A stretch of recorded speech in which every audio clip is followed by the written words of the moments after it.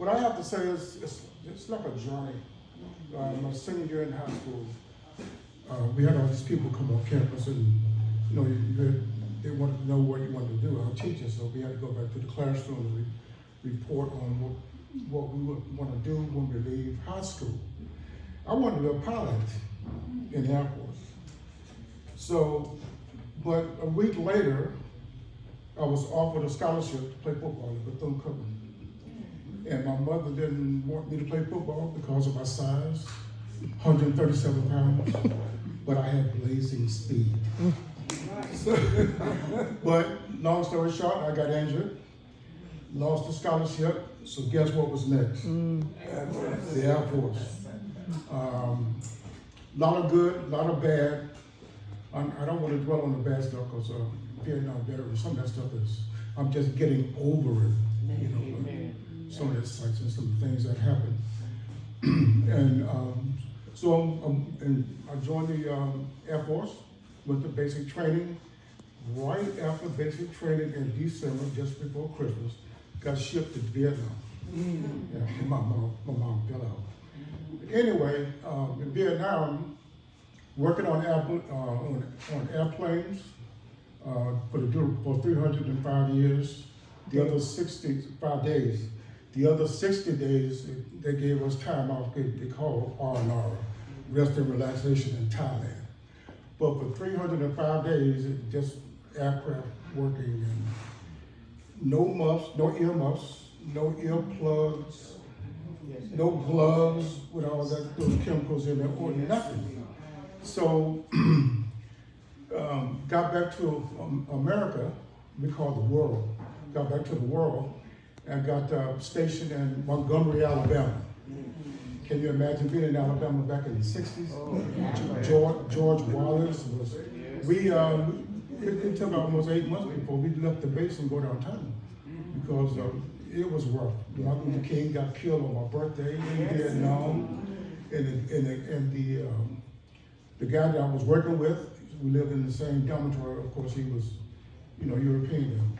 When Martin Luther King got shot, he come running down the hallway. Oh, they shot that MF. They got him. We just couldn't believe we working side by side in a combat zone, and he come out like that. Anyway, so after 4 years, when I left Vietnam, I went to Montgomery, Alabama, and when you're reporting for duty to the general or colonel, whomever your commander is, when they want to report for orders, sir, he sitting down, he didn't even look. He didn't even acknowledge my salute. I said, oh Lord, what have I done? That's when I learned how to pray. I was. Amen. My mom just taught us the prayer. But praying is a different story. I prayed every day in Vietnam, to be honest with you. It wasn't a prayer per se like my mom and dad gave us. It was a conversation with God. Amen. To get me out of that. So. Amen. Anyway, in Montgomery, Alabama, I brought up the fact that I had 30 credits from college. I needed 32 credits to get into the academy. My commanding officer wouldn't have it. So I lost that battle by being a pilot. So anyway, things worked out. After my 4 years, I did 2 years of reserve. And I said, well, I'm going back to school. I went back to Bethune and got my scholarship back. But I lost that speed I had. So I ended up being working as a trainer. We call it sports medicine now. So that's my second profession, sports medicine. So that did well. I got a check from the Air Force for my education. And because I wasn't playing football, I didn't have to practice and go through all that other stuff that we did as players. My grades shot up. And guess what I got? I got a scholarship to grad school. Everything was paid. Ohio State paid everything. Paid for me to live in the dorms. I had to pay nothing. And I got the little side check from airport, which was a help. So, I mean, it was good. Good and bad. Forget the bad. I'm talking about the good. So, after a few years teaching in high school, I had an upper high school, taught at Miami-Dade Community College. I put in 32 years at Miami-Dade teaching, and that's where I met my wife over here. Let me just follow up on that. So, coming here to California, we're from Miami, Florida. I'm sitting on the couch watching the football game. I forget who was playing, but she was upstairs. And she came down and said, "Why is that TV so loud?" You know, and I didn't know that my hearing was being lost by the minute. So she finally, she never takes no for the answer. I mean, you're convincing her right or wrong that's a job in itself, but that's good for me. But she encouraged me to go to the go see somebody at the vets, and she took me, as a matter of fact, and for sure my hearing was almost gone. So where here it is right now. So if you see me looking at your mouth, but maybe my battery went dead, I'm trying to reach your lips.